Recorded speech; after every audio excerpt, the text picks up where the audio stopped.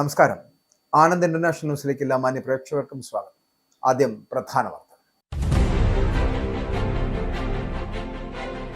UK-യിൽ 30 തദ്ദേശ ഭരണ സ്ഥാപനങ്ങളിലേക്കുള്ള തെരഞ്ഞെടുപ്പ് നീട്ടിവെക്കുവാനുള്ള മുൻ തീരുമാനത്തിൽ നിന്നും തികച്ചും നാടകീയമായി സർക്കാർ പിന്മാറി. തീരുമാനം മാറ്റാൻ സർക്കാരിനെ നിർബന്ധിതമാക്കിയത് റീഫോം UK നിയമ പോരാട്ടത്തിനൊരുങ്ങിയ സാഹചര്യത്തിൽ. പുതിയ തീരുമാനത്തിലൂടെ 45 ലക്ഷത്തിലധികം വരുന്ന സമ്മതിദായകർക്ക് തിരഞ്ഞെടുപ്പിൽ വോട്ട് ചെയ്യാം. ലേബർ പാർട്ടിയിലെ പല നേതാക്കൾക്കും സർക്കാർ തീരുമാനത്തിൽ അതൃപ്തി. ഇത് ബ്രിട്ടീഷ് ജനാധിപത്യത്തിന്റെ വിജയമെന്ന് നൈജൽ ഫരാജ്.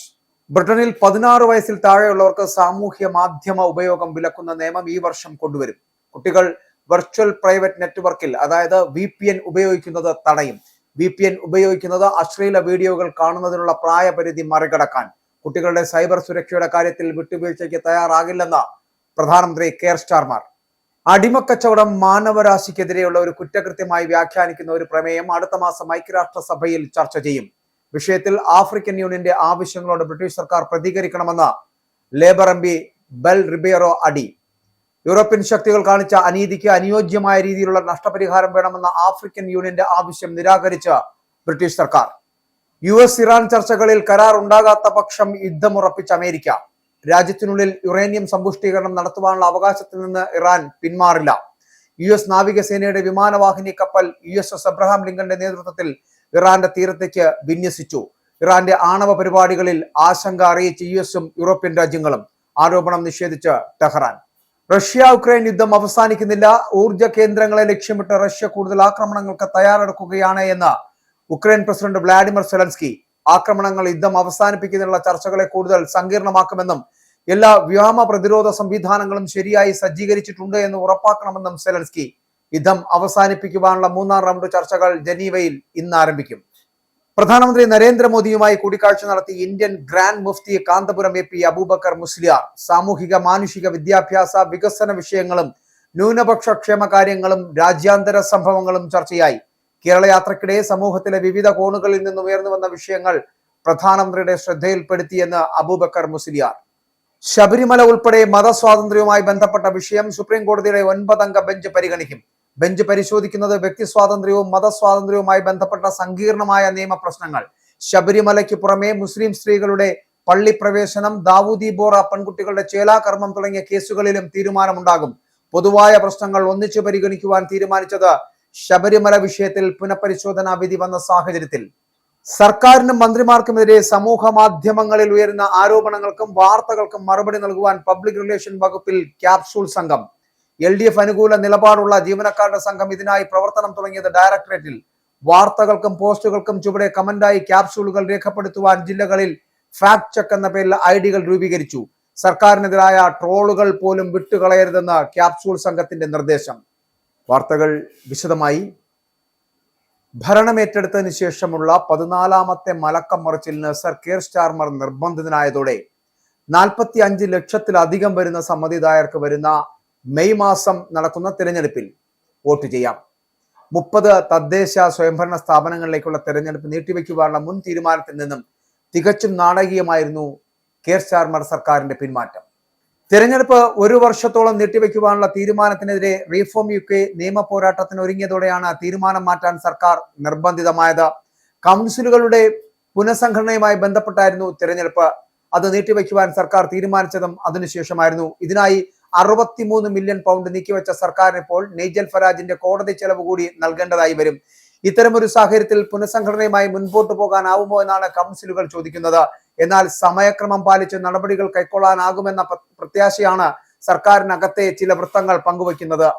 അതേസമയം സർക്കാർ വീണ്ടും മുൻ തീരുമാനത്തിൽ നിന്നും പിന്നോട്ട് പോയതിൽ ലേബർ പാർട്ടിയിലെ പല നേതാക്കളും അസംതൃപ്തി രേഖപ്പെടുത്തി. സ്വയം പരിക്കേൽപ്പിച്ച് മരണം വരിക്കുവാനുള്ള ശ്രമമെന്നാണ് ഇവർ ഈ നടപടിയെ വിശേഷിപ്പിക്കുന്നത്. അതേസമയം ഇത് ബ്രിട്ടീഷ് ജനാധിപത്യത്തിന്റെ വിജയമെന്നാണ് നൈജൽ ഫരാജ് വിശേഷിപ്പിച്ചത്. മാത്രമല്ല, തെരഞ്ഞെടുപ്പ് നീട്ടിവെക്കുമെന്ന് കഴിഞ്ഞ മാസം പ്രഖ്യാപിച്ച local government secretary Steve Reed രാജിവെക്കണമെന്നും അദ്ദേഹം ആവശ്യപ്പെട്ടു. അതേസമയം തീരുമാനങ്ങളിൽ നിന്നെല്ലാം മലക്കം മറിയുന്ന ഒരു സർക്കാർ എന്നായിരുന്നു കൺസർവേറ്റീവ് പാർട്ടി നേതാവ് കെമി ബെയ്നോക്കിന്റെ പ്രതികരണം. നിയമോപദേശം ലഭിച്ചതിനെ തുടർന്നാണ് 30 തദ്ദേശ സ്വയംഭരണ സ്ഥാപനങ്ങളിലേക്കുള്ള തെരഞ്ഞെടുപ്പ് നീട്ടിവെക്കുവാനുള്ള തീരുമാനത്തിൽ നിന്നും പിന്മാറിയതെന്നാണ് തദ്ദേശ ഭരണ മന്ത്രാലയത്തിന്റെ വക്താവ് വെളിപ്പെടുത്തിയത്. വരുന്ന മെയ് മാസത്തിൽ തന്നെ ഈ തെരഞ്ഞെടുപ്പുകൾ നടക്കും. തദ്ദേശ തെരഞ്ഞെടുപ്പ് നീട്ടിവെച്ചതിനെതിരെ നൈജൽ ഫരാജ് നൽകിയ പരാതി വരുന്ന വ്യാഴാഴ്ച കേൾക്കാനിരിക്കവെയാണ് സർക്കാർ തീരുമാനത്തിൽ നിന്നും പിന്മാറുന്നത്. കോടതിയിൽ നിന്നും തിരിച്ചടി ഉണ്ടായേക്കുമെന്ന ആശങ്കയാണ് മലക്കം മറിച്ചിലിന് പിന്നിലെന്ന് കരുതുന്നു. ഇലക്ടറൽ കമ്മീഷനും തെരഞ്ഞെടുപ്പ് നീട്ടിവെക്കുന്നതിനെതിരെ നിലപാടെടുത്തിരുന്നു. 16 വയസ്സിൽ താഴെയുള്ളവർക്ക് സാമൂഹ്യ മാധ്യമ ഉപയോഗം വിലക്കുന്ന നിയമം ഈ വർഷം അവസാനത്തോടെ കൊണ്ടുവന്നേക്കും. ഈ പ്രായപരിധിയിൽ പെടുന്നവർക്ക് ഓൺലൈൻ പ്രവർത്തനങ്ങളിൽ കാര്യമായ നിയന്ത്രണങ്ങൾ കൊണ്ടുവരുന്നതായിരിക്കും ഈ നിയമമെന്നാണ് പ്രധാനമന്ത്രി കെയർ സ്റ്റാർമർ പ്രഖ്യാപിച്ചത്. പ്രതിദിനം 600 കലോറി മാത്രം പ്രദാനം ചെയ്യുന്ന ഡയറ്റ് ഓഫർ ചെയ്യുന്നു എന്ന് ആരോപിക്കപ്പെട്ട AI ചാറ്റ് ബോട്ടിലേക്കും പരിമിതമായ അളവിൽ മാത്രമായിരിക്കും അവർക്ക് ആക്സസ് അനുവദിക്കുക. അതിനോടൊപ്പം കുട്ടികൾ വെർച്വൽ പ്രൈവറ്റ് നെറ്റ്വർക്കുകൾ അതായത് VPN ഉപയോഗിക്കുന്നത് തടയും. അശ്ലീല വീഡിയോകൾ കാണുന്നതിനുള്ള പ്രായപരിധി മറികടക്കുന്നതിനായിട്ടാണ് ഇപ്പോൾ പലരും VPN ഉപയോഗിക്കുന്നത്. കുട്ടികളുടെ സൈബർ സുരക്ഷയുടെ കാര്യത്തിൽ ഒരു വിട്ടുവീഴ്ചയ്ക്കും തയ്യാറല്ല എന്നാണ് പ്രധാനമന്ത്രി അസന്നിഗ്ധമായി പറഞ്ഞത്. ഇതിനുള്ള കൺസൾട്ടേഷൻ നടപടികൾ ഉടൻ ഉണ്ടാകും. അതിനുശേഷം അതിവേഗത്തിൽ തന്നെ നടപടികൾ കൈക്കൊള്ളുമെന്നും അദ്ദേഹം വ്യക്തമാക്കി. അടുത്ത മാസമായിരിക്കും കൺസൾട്ടേഷൻ ആരംഭിക്കുക. 3 മാസത്തിനുള്ളിൽ അതിന്റെ റിപ്പോർട്ട് തയ്യാറാകുമെന്നാണ് പ്രതീക്ഷിക്കുന്നത്. അങ്ങനെയായാൽ ഈ വർഷം തന്നെ നിയമ ഭേദഗതി കൊണ്ടുവരുവാൻ കഴിയുമെന്നാണ് കരുതുന്നത്. AI ചാറ്റ് ബോട്ടുകൾ കുട്ടികളിൽ ചെലുത്തുന്ന സ്വാധീനത്തെക്കുറിച്ച് ആശങ്കയുണ്ടെന്ന് ടെക്നോളജി സെക്രട്ടറി ലിസ് കെൻഡാളും പറഞ്ഞു.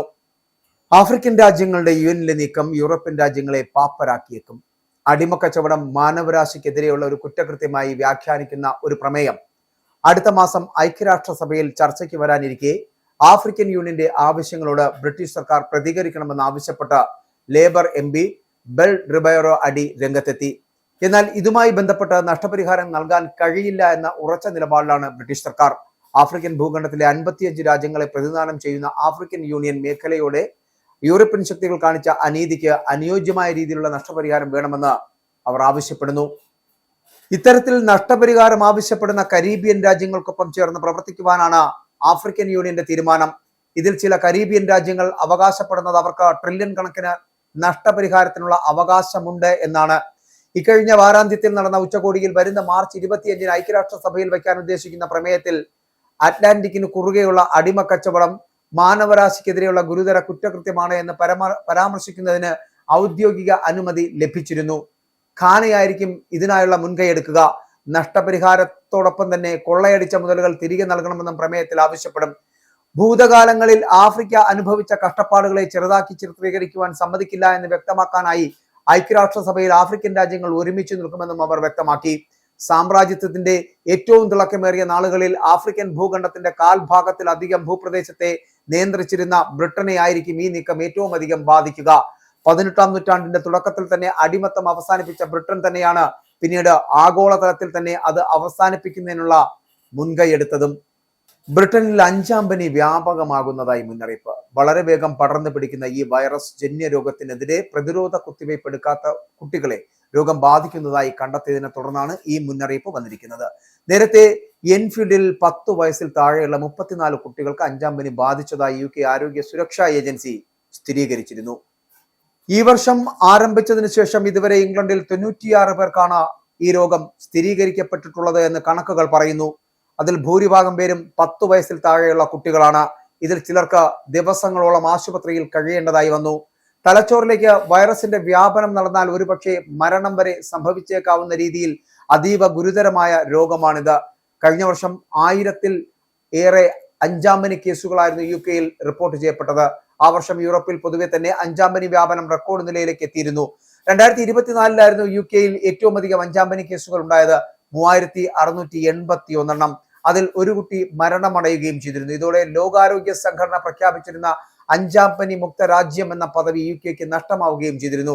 സാധാരണയായി ഫ്ലൂവിന് സമാനമായ ലക്ഷണങ്ങളാണ് 5-ാം പനി കാണിക്കുക. കൂടാതെ ശരീരത്തിൽ തടിച്ചു പൊങ്ങലും ഉണ്ടാകും. ശ്വാസകോശം, തലച്ചോറ് എന്നിവിടങ്ങളിലേക്ക് ഈ രോഗകാരിയായ വൈറസ് വ്യാപിച്ചാൽ നില അതീവ ഗുരുതരമാകും. ഇതിനെതിരെയുള്ള പ്രതിരോധ കുത്തിവയ്പ് എടുക്കാത്തവരിൽ അതിവേഗം രോഗം പടർന്നു പിടിക്കുവാനുള്ള സാധ്യതയുണ്ട്. 5-ാം പനി, മുണ്ടിനീര്, റുബല്ല എന്നിവയ്ക്കുള്ള MMR കുത്തിവയ്പ്പാണ് ഇവർ എടുക്കേണ്ടത്. യൂണിവേഴ്സിറ്റികൾക്കെതിരെ നഷ്ടപരിഹാരം തേടി വിദ്യാർത്ഥികൾ കോടതിയിലേക്ക്. നിലവിലുള്ളതും മുൻ വിദ്യാർത്ഥികളുമായ 1,70,000-ത്തിലധികം പേരാണ് യൂണിവേഴ്സിറ്റികൾക്കെതിരെ നഷ്ടപരിഹാരം ആവശ്യപ്പെട്ട് കോടതിയെ സമീപിച്ചിരിക്കുന്നത്. കോവിഡ് കാലത്ത് തങ്ങൾക്ക് സമ്പൂർണ്ണ വിദ്യാഭ്യാസം ലഭിച്ചില്ല എന്നാണ് ഇവർ ആരോപിക്കുന്നത്. യൂണിവേഴ്സിറ്റി കോളേജ് ലണ്ടനും സ്റ്റുഡന്റ് ഗ്രൂപ്പ് ക്ലെയിം നേരത്തെ ഇക്കാര്യത്തിൽ ഒരു ധാരണയിൽ എത്തിയിരുന്നു. ഈ ഗ്രൂപ്പാണ് ഇപ്പോൾ മറ്റു വിദ്യാർത്ഥികളെയും ഗ്രാജുവേറ്റുമാരെയും പ്രതിനിധീകരിക്കുന്നത്. മറ്റ് 36 യൂണിവേഴ്സിറ്റികൾക്കും സ്ഥാപനങ്ങൾക്കും ലീഗൽ നോട്ടീസുകൾ അയച്ചു കഴിഞ്ഞു എന്നാണ് BBC റിപ്പോർട്ട് ചെയ്യുന്നത്. തങ്ങൾ ഫീസ് നൽകിയിട്ടും വിദ്യാഭ്യാസം അതിന്റെ പൂർണ്ണമായ തോതിൽ ലഭിച്ചില്ല എന്നാണ് വിദ്യാർത്ഥികളുടെ പരാതി. അതിനുള്ള നഷ്ടപരിഹാരമാണ് അവർ ചോദിക്കുന്നത്. യൂണിവേഴ്സിറ്റികൾക്ക് അവരുടെ ഫീസ് നിശ്ചയിക്കാമെന്നും ഉന്നത നിലയിലുള്ള വിദ്യാഭ്യാസം അവർ നൽകുമെന്ന് പ്രതീക്ഷിക്കുന്നതായും കോവിഡ് കാലത്ത് സർക്കാർ പറഞ്ഞിരുന്നു. ലീഗൽ സ്ഥാപനങ്ങളുടെ കൂട്ടായ്മയായ സ്റ്റുഡൻസ് ഗ്രൂപ്പ് ക്ലെയിം കേസ് ജയിച്ചില്ലെങ്കിൽ ഫീസ് വേണ്ട എന്ന നിബന്ധനയിലാണ് വിദ്യാർത്ഥികളെ പ്രതിനിധീകരിക്കുന്നത്. അതേസമയം ഇവരുമായി നേരത്തെ ഉണ്ടാക്കിയ ധാരണയിൽ യൂണിവേഴ്സിറ്റി കോളേജ് അവരുടെ ഭാഗത്ത് നിന്നും ഏതെങ്കിലും വിധത്തിലുള്ള വീഴ്ചകൾ ഉണ്ടായതായി പറയുന്നില്ല. ഗ്രേറ്റർ മാഞ്ചസ്റ്ററിലെ താരതമ്യേന ശാന്തമായിട്ടുള്ള ആഷ്ടൺ ഇൻ മാർക്ക്ഫീൽഡിൽ രാത്രിയായാൽ ഭയന്ന് പുറത്തിറങ്ങാൻ കഴിയാത്ത സാഹചര്യമാണ് പ്രദേശവാസികൾക്കുള്ളത്. 50ഓളം യുവാക്കൾ അടങ്ങിയ തെമ്മാടിക്കൂട്ടമാണ് പ്രദേശത്തിന്റെ സമാധാനം കെടുത്തുന്നത്. വഴിയാത്രക്കാർക്ക് നേരെ കല്ലെറിയുക, പ്രദേശത്തെ കടക്കാരെ ഉപദ്രവിക്കുക, ബസ് സ്റ്റോപ്പുകൾ തല്ലിത്തകർക്കുക എന്നിവയൊക്കെയാണ് ഇവരുടെ കലാപരിപാടികൾ. പ്രദേശവാസികളെ ഭീഷണിപ്പെടുത്തിയും അവഹേളിച്ചും ഈ ഗുണ്ടാക്കൂട്ടം ഈ പട്ടണത്തിലെ ഹൈ സ്ട്രീറ്റുകൾ വാഴുകയാണ്. കഴിഞ്ഞ ഏതാനും മാസങ്ങളായി തുടരുന്ന ഈ ഭീകരാന്തരീക്ഷം കഴിഞ്ഞ ഞായറാഴ്ച അതിന്റെ പാരമ്യത്തിൽ എത്തിയതായി മാഞ്ചസ്റ്റർ ഈവനിംഗ് ന്യൂസ് റിപ്പോർട്ട് ചെയ്യുന്നു. ജെറാൾഡ് സ്ട്രീറ്റിൽ അഴിഞ്ഞാടിയ ഗുണ്ടാ സംഘം കടകൾ നേരത്തെ അടയ്ക്കാൻ വ്യാപാരികളെ നിർബന്ധിതരാക്കി. അന്നേ ദിവസം തെരുവിൽ ഗുണ്ടകൾ താണ്ഡവമാടുന്ന വീഡിയോ ദൃശ്യം ഒരു റെസ്റ്റോറന്റ് ഉടമ പകർത്തിയത് ഇപ്പോൾ സമൂഹ മാധ്യമങ്ങളിൽ പ്രചരിപ്പിക്കുന്നുമുണ്ട്. ഈ പട്ടണത്തിലെ യുവാക്കളുടെ തീർത്തും നിരാശാജനകമായിട്ടുള്ള ഈ ചിത്രമാണിത്. തന്നെ വെറുതെ വിടണമെന്നും റെസ്റ്റോറന്റ് തുറന്നു പ്രവർത്തിക്കുവാൻ അനുവദിക്കണമെന്നും അപേക്ഷിച്ച ഉടമ ഹെലൻ ലോസനെ ആക്രോശിച്ചുകൊണ്ട് എത്തുകയായിരുന്നു ഇവർ. തന്റെ ഫോണിൽ രംഗം ചിത്രീകരിക്കുവാൻ ആരംഭിച്ചപ്പോൾ അത് പിടിച്ചെടുത്ത് നിലത്തെറിഞ്ഞ് ചെറുപ്പക്കാർ പിന്നീട് ഐസും മദ്യവും ഒക്കെ ഹെലന് നേരെ എറിയുകയും ചെയ്തു. കൂടെ ഉണ്ടായിരുന്ന ഒരു കൗമാരക്കാരൻ ഹെലന്റെ മുഖത്ത് നോക്കി പട്ടിയെ പോലെ കുരയ്ക്കുന്നതും ദൃശ്യങ്ങളുണ്ട്. അതിനിടയിൽ ശതകോടിശനായ ഏഷ്യൻ വംശജൻ ഫവാസ് അൽ ഹസാവിയെ ഒരു സംഘം മുഖം മൂടി ധരിച്ച കൊള്ളക്കാർ ആക്രമിച്ചു. ഇയാളുടെ വീട്ടിൽ അതിക്രമിച്ചു കയറിയ സംഘം ഇയാളെ കുത്തുകയായിരുന്നു. നോട്ടിംഗ്ഹാം ഫോറസ്റ്റിന്റെ മുൻ ഉടമ കൂടിയായ ഈ 57കാരൻ സെൻട്രൽ ലണ്ടനിലെ മേഫെയറിന്റെ വീട്ടിലായിരുന്നു കൊള്ളക്കാർ ലക്ഷ്യം വെച്ചത്. അൽ ഹസാവി ഉറങ്ങുന്ന സമയത്തായിരുന്നു മുഖം മൂടി ധരിച്ച കൊള്ളക്കാർ വീട്ടിൽ അതിക്രമിച്ചു കയറിയത് എന്ന് ദ സൺ റിപ്പോർട്ട് ചെയ്യുന്നു. അൽ ഹവാസിയുടെ കഴുത്തിലും കൈകളിലുമാണ് കുത്തേറ്റത്. കൊള്ളക്കാരെ ചെറുക്കുന്നതിനിടയിലായിരുന്നു ഇയാൾക്ക് കുത്ത് ഏറ്റത്. എന്തെങ്കിലും വിലപിടിപ്പുള്ള സാധനങ്ങൾ മോഷ്ടിക്കപ്പെട്ടോ എന്നത് ഇതുവരെ വ്യക്തമാക്കിയിട്ടില്ല. ഈ ആക്രമണത്തെക്കുറിച്ചുള്ള കൂടുതൽ വിശദാംശങ്ങൾ നൽകണമെന്ന് വ്യവസായി കൂടിയായിട്ടുള്ള അൽ ഹസാവിയുടെ അഭിഭാഷകൻ മെറ്റ് പോലീസിനോട് ആവശ്യപ്പെട്ടിട്ടുണ്ട്. അറേബ്യൻ ഗൾഫ് രാജ്യങ്ങളിൽ നിന്ന് വ്യവസായികൾ ഈ സംഭവത്തോടെ ഭയന്നിരിക്കുകയാണ് എന്ന് അഭിഭാഷകൻ ചൂണ്ടിക്കാട്ടുന്നു. അൽ ഹസാബിയുടെ പരിക്കുകൾ ഗുരുതരമല്ല എന്ന് മെറ്റ് പോലീസ് സ്ഥിരീകരിച്ചു. അമേരിക്ക ഇറാൻ ചർച്ചകളിൽ കരാർ ഉണ്ടാകാത്ത പക്ഷം യുദ്ധം ഉറപ്പിച്ച അമേരിക്ക. ജനീവയിൽ നടക്കുന്ന US ഇറാൻ ചർച്ചകളിൽ കരാർ ഉണ്ടാകാത്ത പക്ഷം പ്രത്യാഘാതങ്ങൾ ഉണ്ടാകുമെന്ന് ഡൊണാൾഡ് ട്രംപിന്റെ മുന്നറിയിപ്പ്. നിർണായക ചർച്ചകളിൽ താൻ പരോക്ഷമായി പങ്കെടുക്കുമെന്നും അമേരിക്കൻ പ്രസിഡന്റ് സ്ഥിരീകരിച്ചു. ചർച്ചകൾ വളരെ പ്രധാനപ്പെട്ടതാണ് എന്ന് വിശേഷിപ്പിച്ച ട്രംപ് ഇറാൻ മോശം ചർച്ചയുടെ ആളുകളാണ് എന്നും പറഞ്ഞു. അവർക്ക് കരാർ ഉണ്ടാക്കിയിരുന്നുവെങ്കിലും തങ്ങൾക്ക് പകരമായി അവരുടെ ആണവശേഷി തകർക്കുവാൻ B-2 ബോംബറുകൾ അയക്കേണ്ടി വന്നു എന്നുകൂടി ട്രംപ് പറഞ്ഞു. ഇറാൻ കൂടുതൽ യുക്തിപരമായി പെരുമാറുമെന്ന് പ്രതീക്ഷിക്കുന്നുവെന്നും അദ്ദേഹം പറയുന്നു. ഇറാൻ കരാർ ആഗ്രഹിക്കുന്നുവെന്ന് പറഞ്ഞ ട്രംപ് ഇടയ്ക്ക് ചില സംഘർഷങ്ങൾ കാണാമെങ്കിലും മൊത്തത്തിൽ പരിഗണിച്ചാൽ മിഡിൽ ഈസ്റ്റ് സമാധാനത്തിലാണ് എന്നും അത് സംഭവിച്ചത് അവരുടെ ആണവശേഷിക്കെതിരെ B-2 ആക്രമണം നടത്തിയത് കൊണ്ടാണ് എന്നും ട്രംപ് അവകാശപ്പെടുന്നു.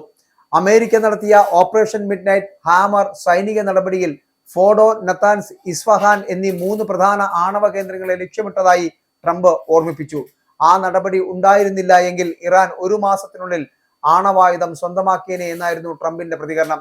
US-ഉം ഇറാനും തമ്മിലുള്ള അടുത്ത ചർച്ചകൾ ഇന്ന് ജനീവയിൽ നടക്കുകയാണ്. ഒമാനാണ് ചർച്ചകളിൽ മധ്യസ്ഥത വഹിക്കുന്നത്.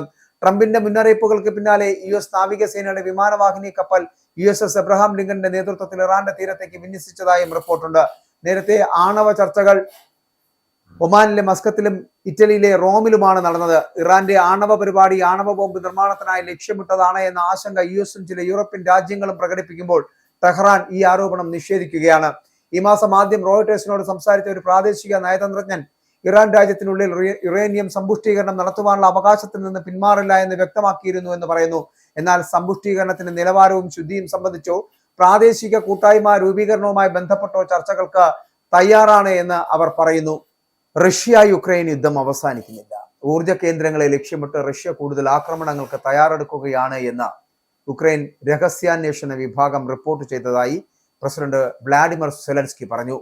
ഏകദേശം 4 വർഷമായി തുടരുന്ന യുദ്ധം അവസാനിപ്പിക്കുന്നതിനുള്ള ചർച്ചകളെ ഇത്തരം ആക്രമണങ്ങൾ കൂടുതൽ സങ്കീർണമാക്കുകയാണ്. എല്ലാ വ്യോമ പ്രതിരോധ സംവിധാനങ്ങളും ശരിയായി സജ്ജീകരിച്ചിട്ടുണ്ട് എന്ന് ഉറപ്പാക്കേണ്ടത് അത്യാവശ്യമാണ് എന്നും സെലൻസ്കി പറയുന്നു. യുദ്ധം അവസാനിപ്പിക്കുന്നതിനുള്ള ശ്രമത്തിന്റെ ഭാഗമായി ജനീവയിൽ യുക്രൈൻ, റഷ്യൻ, US പ്രതിനിധികൾ ഇന്ന് 3ാം റൗണ്ട് ചർച്ചകൾക്കായി ഒത്തുചേരും. US മധ്യസ്ഥതയിൽ നടക്കുന്ന ചർച്ചയിൽ റഷ്യ കൈവശപ്പെടുത്തിയ ഉക്രൈൻ പ്രദേശങ്ങളെ സംബന്ധിച്ചാകും പ്രധാനമായും സംസാരിക്കുക. ജനീവയിൽ നടക്കുന്ന ചർച്ചകളിൽ സുരക്ഷാ മാനുഷിക വിഷയങ്ങൾ ക്രിയാത്മകമായിട്ടുള്ള തീരുമാനങ്ങൾ പ്രതീക്ഷിക്കുന്നതായി യുക്രൈൻ പ്രതിനിധി സംഘത്തിന്റെ തലവൻ റുസ്താം ഉമറോവ് അറിയിച്ചു. അതേസമയം ഡോൺബോസ് മേഖല പൂർണ്ണമായിട്ടും തങ്ങൾക്ക് വിട്ടു നൽകണമെന്നാണ് റഷ്യയുടെ ആവശ്യം. റഷ്യൻ പ്രസിഡന്റ് വ്ളാഡിമിർ പുടിന്റെ സഹായി വ്ളാഡിമിർ മെഡിൻസ്കിയാണ് റഷ്യൻ സംഘത്തെ നയിക്കുന്നത്. UAEയിൽ നടന്ന കഴിഞ്ഞ 2 റൗണ്ട് ചർച്ചകളും തടവുകാരെ കൈമാറുന്ന വിഷയം ചർച്ച ചെയ്തതല്ലാതെ യുദ്ധം അവസാനിപ്പിക്കുന്നതിൽ കാര്യമായിട്ടുള്ള പുരോഗതി ഉണ്ടായിരുന്നില്ല. അമേരിക്കയിൽ ഹൈസ്കൂൾ ഹോക്കി ടൂർണമെന്റ് ദുരന്ത ഭൂമിയായി മാറി. ഐസ് അരീനയ്ക്കുള്ളിൽ നടന്ന വെടിവെപ്പിൽ 5 പേർ കൊല്ലപ്പെടുകയും ചിലർ ഗുരുതരാവസ്ഥയിൽ ആശുപത്രിയിൽ പ്രവേശിക്കപ്പെടുകയും ചെയ്തതായി അധികൃതർ അറിയിക്കുന്നു. ഉച്ചയ്ക്ക് 2:30 ലിഞ്ച് അറീനയിലായിരുന്നു സംഭവം നടന്നത്. നിരവധി പ്രാദേശിക സ്കൂൾ ടീമുകൾ മത്സരങ്ങൾക്കായി ഒത്തുകൂടിയിരിക്കെ സ്റ്റാൻഡുകളിൽ നിന്നാണ് വെടിയുതിർന്നത്. ഭാര്യയെയും 3 മക്കളെയും വെടിവെച്ചു കൊന്ന പിതാവാണ് പ്രതി എന്നാണ് പോലീസ് സംശയിക്കുന്നത്. പ്രതിയെയും പിന്നീട് മരിച്ച നിലയിൽ കണ്ടെത്തിയതായി അധികൃതർ അറിയിച്ചു. കുടുംബതർക്കമാണ് സംഭവത്തിന് പിന്നിലെ കാരണമെന്ന് പ്രാഥമിക അന്വേഷണത്തിൽ ലഭിക്കുന്ന സൂചന. ഹോക്കി മത്സരം നടക്കുന്നതിനിടെ സ്റ്റാൻഡുകളുടെ അപ്രതീക്ഷിതമായിട്ടുള്ള വെടിവെച്ച മുഴങ്ങുകയായിരുന്നുവെന്നും മത്സരം ലൈവ് സ്ട്രീമിംഗിൽ സംപ്രേഷണം ചെയ്യുന്നതിനിടെ പ്രേക്ഷകരും കളിക്കാരും നിലത്തേക്ക് ചാടിയും മറഞ്ഞും രക്ഷപ്പെടാൻ ശ്രമിക്കുന്ന ദൃശ്യങ്ങൾ പകർത്തിയിട്ടുമുണ്ട്. ബെഞ്ചിലിരുന്ന കളിക്കാർ രക്ഷപ്പെടാൻ ഓടിയപ്പോൾ ചിലർ സ്കേറ്റുകൾ പോലും ഉപേക്ഷിച്ചു. ചിലർ റിംഗ് ബാരിയർ കയറി ലോക്കർ റൂമുകളിലേക്ക് ഓടിക്കയറി. പ്രേക്ഷക ഗാലറിയിൽ ഉണ്ടായിരുന്ന കുടുംബങ്ങൾ പുറത്തേക്കുള്ള വാതിലുകളിലേക്ക് ഓടിയതോടെ അറീന മുഴുവൻ ആശയക്കുഴപ്പവും ഭീതിയും നിറഞ്ഞു. പോലീസ് പറയുന്നതനുസരിച്ച് 2 പേർ സംഭവ സ്ഥലത്ത് മരിക്കുകയും ഒരു പെൺകുട്ടി അറീനയ്ക്കുള്ളിൽ മരിച്ച നിലയിൽ കണ്ടെത്തുകയും ചെയ്തു. മറ്റൊരാൾ ആശുപത്രിയിൽ വെച്ചാണ് മരിച്ചത്. 3 പേർ ഇപ്പോഴും അതീവ ഗുരുതരാവസ്ഥയിലാണ്. അധികൃതർ ഔദ്യോഗികമായി പേരുകൾ പുറത്തുവിട്ടിട്ടില്ല എങ്കിലും പ്രതി ആദ്യം സ്വന്തം കുടുംബാംഗങ്ങളെയാണ് ലക്ഷ്യമിട്ടത് എന്നും തുടർന്ന് സ്വയം വെടിവെച്ചിരിക്കാമെന്നുമാണ് പ്രാഥമിക റിപ്പോർട്ടുകൾ. വെടിവെപ്പിനിടെ ഒരാൾ പ്രതിയുമായിട്ട് ഏറ്റുമുട്ടി തോക്ക് പിടിച്ചെടുത്തതായി സാക്ഷികൾ പറയുന്നു. എന്നാൽ പ്രാദേശിക സ്പോർട്സ് എഡിറ്ററായിട്ടുള്ള ബ്രാൻഡൻ മെല്ലോയുടെ റിപ്പോർട്ട് പ്രകാരം പ്രതിയുടെ കൈവശം മറ്റൊരായുധം കൂടി ഉണ്ടായിരുന്നുവെന്നാണ് പറയുന്നത്. ഇനി ഇന്നത്തെ വിനിമയ നിരക്ക്. 1 പൗണ്ട് 123.46 ഇന്ത്യൻ രൂപ. 1 പൗണ്ട് 1.15 യൂറോ. ഒരു US ഡോളർ 90.75 ഇന്ത്യൻ രൂപ. 1 യൂറോ 107.43 ഇന്ത്യൻ രൂപ. 1 pound 1.36 US dollar. 1 Canadian dollar 66.48 Indian രൂപ. National news. പ്രധാനമന്ത്രി നരേന്ദ്രമോദിയുമായി കൂടിക്കാഴ്ച നടത്തി Indian grand Mufti Kanthapuram AP Abubakar Musliyar. ഡൽഹിയിൽ നടന്ന കൂടിക്കാഴ്ചയിൽ വിവിധ സാമൂഹിക, മാനുഷിക, വിദ്യാഭ്യാസ, വികസന വിഷയങ്ങളും ന്യൂനപക്ഷ ക്ഷേമകാര്യങ്ങളും രാജ്യാന്തര സംഭവങ്ങളും ചർച്ചയായി. കേരള യാത്രയ്ക്കിടെ സമൂഹത്തിലെ വിവിധ കോണുകളിൽ നിന്നും ഉയർന്നു വന്ന വിഷയങ്ങൾ അബൂബക്കർ മുസ്ലിയാർ പ്രധാനമന്ത്രിയുടെ ശ്രദ്ധയിൽപ്പെടുത്തി. റംസാൻ സന്ദേശവും കൈമാറിയ ശേഷമാണ് കൂടിക്കാഴ്ച അവസാനിച്ചത്. എല്ലാ ജനവിഭാഗങ്ങളെയും ഉൾക്കൊണ്ടുള്ള വികസനം, സാമ്പത്തിക മുന്നേറ്റത്തിനൊപ്പം സന്തോഷ സൂചികയ്ക്കും മാനവ വികസനത്തിനും നൽകേണ്ട പരിഗണന, ജനസംഖ്യ ആനുപാതികവും പ്രാദേശിക സന്തുലിതവുമായി വിഭവങ്ങൾ ലഭ്യമാക്കേണ്ടതിന്റെ പ്രാധാന്യം, വഖഫ് SIR ആശങ്കകൾ, പുരാതന മസ്ജിദുകളും ഇസ്ലാമിക പൈതൃക സ്മാരകങ്ങളും സംരക്ഷിക്കൽ, മൗലാന ആസാദ് നാഷണൽ ഫെലോഷിപ്പ് ഉൾപ്പെടെയുള്ള ന്യൂനപക്ഷ വിദ്യാഭ്യാസ ക്ഷേമ പദ്ധതികളുടെ പുനഃസ്ഥാപനം, അലിഗഡ് സർവകലാശാല മലപ്പുറം സെന്റർ വികസനം, രാജ്യത്തെ ന്യൂനപക്ഷ ജനവിഭാഗവുമായി കേന്ദ്ര സർക്കാർ അടുത്ത് ഇടപെടേണ്ടതിന്റെ ആവശ്യകത തുടങ്ങിയ വിഷയങ്ങൾ കൂടിക്കാഴ്ചയിൽ സംസാര വിഷയമായി. രാജ്യാന്തര തലത്തിൽ സമാധാനം ഉറപ്പുവരുത്തുന്നതിൽ പ്രധാനമന്ത്രിയുടെ നേതൃത്വത്തിൽ നടത്തുന്ന നയതന്ത്ര ഇടപെടലുകളെ കാന്തപുരം AP അബൂബക്കർ മുസ്ലിയാർ അഭിനന്ദിച്ചു.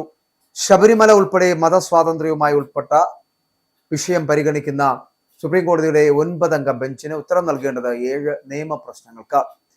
ശബരിമലയ്ക്ക് പുറമെ മുസ്ലിം സ്ത്രീകളുടെ പള്ളി പ്രവേശനം, ദാവൂദി ബോറ പെൺകുട്ടികളുടെ ചേലാകർമ്മം തുടങ്ങിയ കേസുകളിലും ഉരുത്തിരിഞ്ഞുവന്ന വ്യക്തി സ്വാതന്ത്ര്യവും മതസ്വാതന്ത്ര്യവുമായി ബന്ധപ്പെട്ട സങ്കീർണമായിട്ടുള്ള നിയമ പ്രശ്നങ്ങളാണ് 9-അംഗ ബെഞ്ച് പരിശോധിക്കുന്നത്.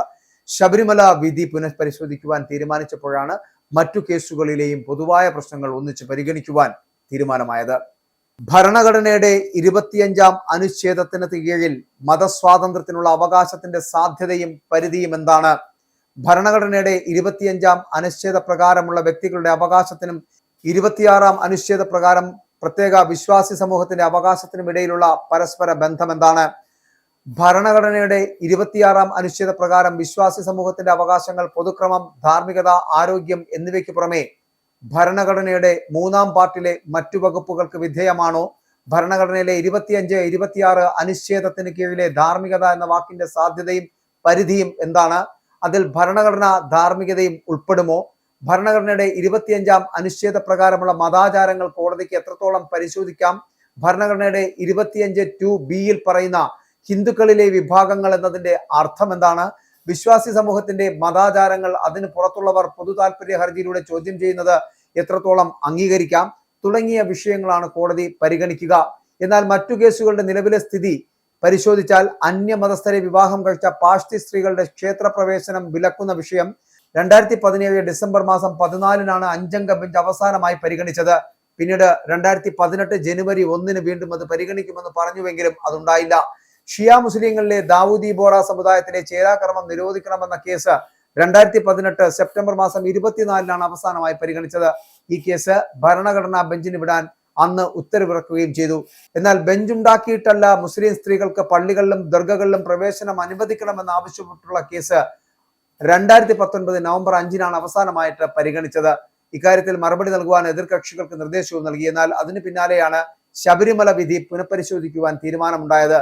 എന്നിങ്ങനെയാണ് ഇവ ഓരോന്നിന്റെയും അവസ്ഥ. അതുകൊണ്ട് തന്നെ ഇത് മൂന്നും എല്ലാ കാര്യങ്ങളും ഒരുപോലെ പരിഗണിക്കേണ്ടതിന്റെ ആവശ്യകതയാണ് സുപ്രീം കോടതി മുന്നോട്ട് വയ്ക്കുന്നത്. 3 ദിവസത്തെ ഔദ്യോഗിക സന്ദർശനത്തിനായി ഫ്രഞ്ച് പ്രസിഡന്റ് ഇമ്മാനുവൽ മാക്രോൺ ഭാര്യ ബ്രിജിറ്റ് മാക്രോണിനൊപ്പം ഇന്ത്യയിലെത്തി.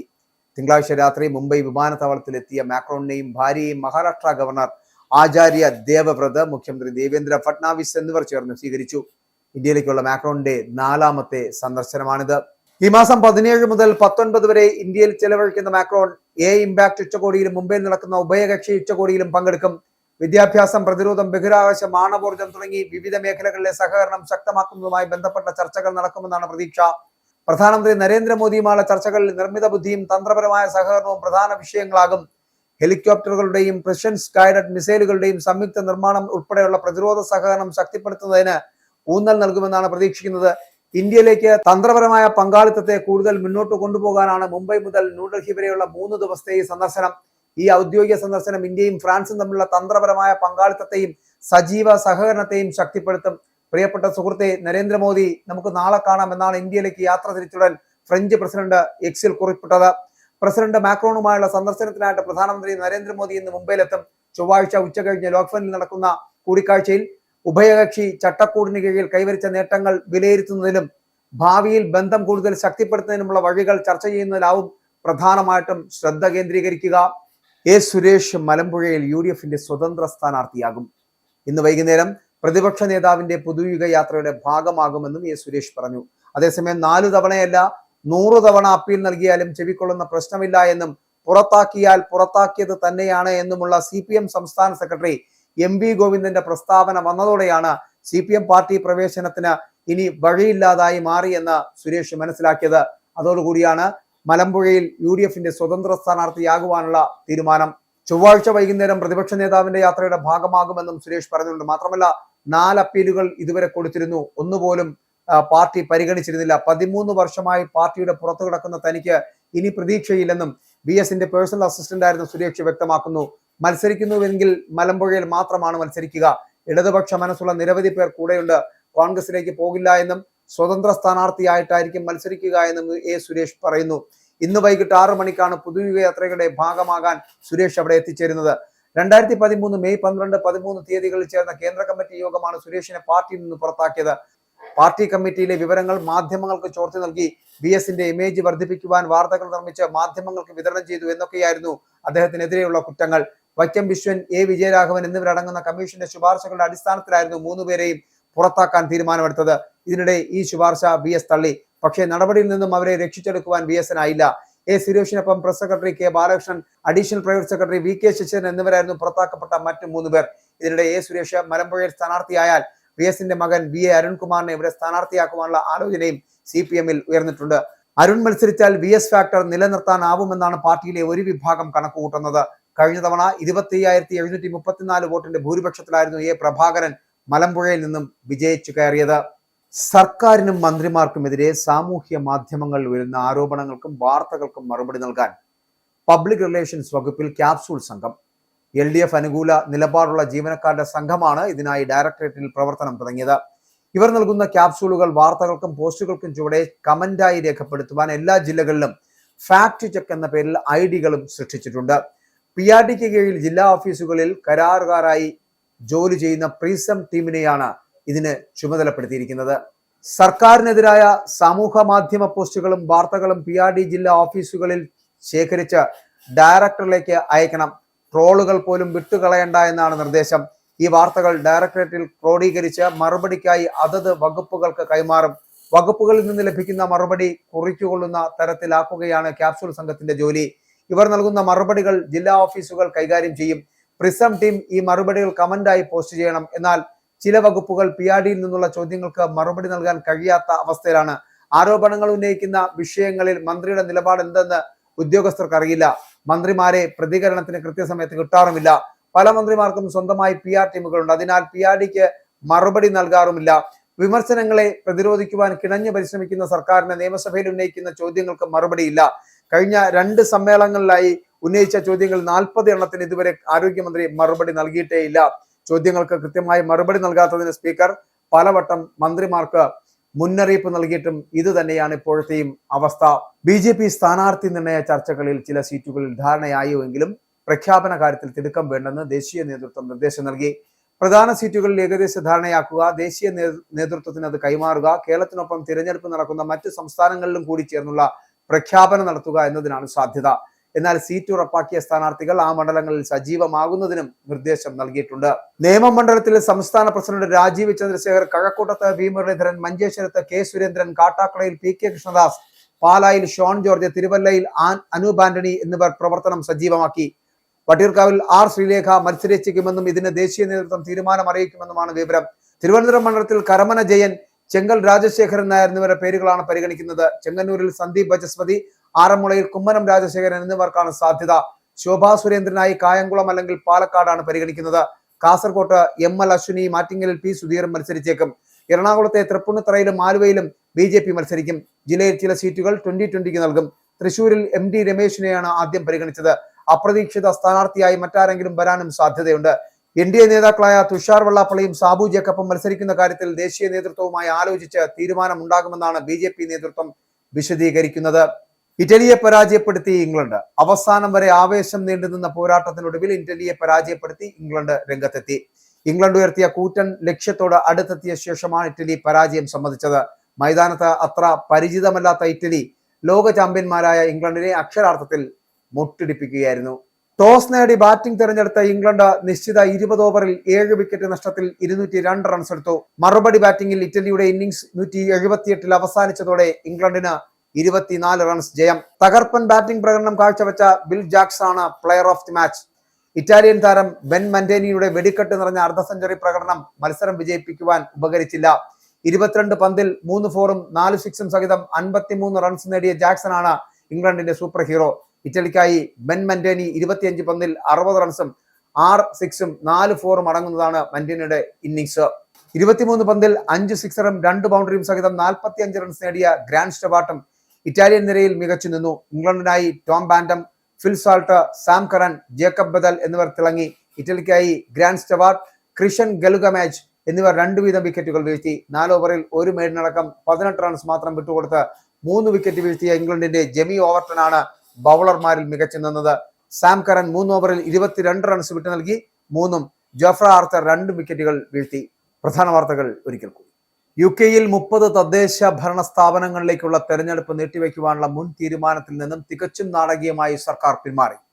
തീരുമാനം മാറ്റാൻ സർക്കാരിനെ നിർബന്ധിതമാക്കിയത് റീഫോം UK നിയമ പോരാട്ടത്തിനൊരുങ്ങിയ സാഹചര്യത്തിൽ പുതിയ തീരുമാനത്തിലൂടെ 45 ലക്ഷത്തിലധികം വരുന്ന സമ്മതിദായകർക്ക് തിരഞ്ഞെടുപ്പിൽ വോട്ട് ചെയ്യാം. ലേബർ പാർട്ടിയിലെ പല നേതാക്കൾക്കും സർക്കാർ തീരുമാനത്തിൽ അതൃപ്തി. ഇത് ബ്രിട്ടീഷ് ജനാധിപത്യത്തിന്റെ വിജയമെന്ന് നൈജൽ ഫരാജ്.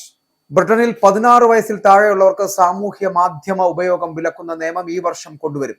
കുട്ടികൾ വെർച്വൽ പ്രൈവറ്റ് നെറ്റ്വർക്കിൽ അതായത് VPN ഉപയോഗിക്കുന്നത് തടയും. VPN ഉപയോഗിക്കുന്നത് അശ്ലീല വീഡിയോകൾ കാണുന്നതിനുള്ള പ്രായപരിധി മറികടക്കാൻ. കുട്ടികളുടെ സൈബർ സുരക്ഷയുടെ കാര്യത്തിൽ വിട്ടുവീഴ്ചയ്ക്ക് തയ്യാറാകില്ലെന്ന് പ്രധാനമന്ത്രി കെയർ സ്റ്റാർമർ. അടിമക്കച്ചവടം മാനവരാശിക്കെതിരെയുള്ള ഒരു കുറ്റകൃത്യമായി വ്യാഖ്യാനിക്കുന്ന ഒരു പ്രമേയം അടുത്ത മാസം ഐക്യരാഷ്ട്രസഭയിൽ ചർച്ച ചെയ്യും. വിഷയത്തിൽ ആഫ്രിക്കൻ യൂണിയന്റെ ആവശ്യങ്ങളോട് ബ്രിട്ടീഷ് സർക്കാർ പ്രതികരിക്കണമെന്ന് ലേബർ MP ബെൽ റിബേറോ അടി. യൂറോപ്യൻ ശക്തികൾ കാണിച്ച അനീതിക്ക് അനുയോജ്യമായ രീതിയിലുള്ള നഷ്ടപരിഹാരം വേണമെന്ന ആഫ്രിക്കൻ യൂണിയന്റെ ആവശ്യം നിരാകരിച്ച ബ്രിട്ടീഷ് സർക്കാർ. US ഇറാൻ ചർച്ചകളിൽ കരാർ ഉണ്ടാകാത്ത പക്ഷം യുദ്ധമുറപ്പിച്ച അമേരിക്ക. രാജ്യത്തിനുള്ളിൽ യുറേനിയം സമ്പുഷ്ടീകരണം നടത്തുവാനുള്ള അവകാശത്തിൽ നിന്ന് ഇറാൻ പിന്മാറില്ല. US നാവികസേനയുടെ വിമാനവാഹിനി കപ്പൽ USS അബ്രഹാം ലിങ്കന്റെ നേതൃത്വത്തിൽ ഇറാന്റെ തീരത്തേക്ക് വിന്യസിച്ചു. ഇറാന്റെ ആണവ പരിപാടികളിൽ ആശങ്ക അറിയിച്ച് US യൂറോപ്യൻ രാജ്യങ്ങളും. ആരോപണം നിഷേധിച്ച് ടെഹ്റാൻ. റഷ്യ ഉക്രൈൻ യുദ്ധം അവസാനിക്കുന്നില്ല. ഊർജ കേന്ദ്രങ്ങളെ ലക്ഷ്യമിട്ട് റഷ്യ കൂടുതൽ ആക്രമണങ്ങൾക്ക് തയ്യാറെടുക്കുകയാണ് എന്ന് ഉക്രൈൻ പ്രസിഡന്റ് വ്ളാഡിമിർ സെലൻസ്കി.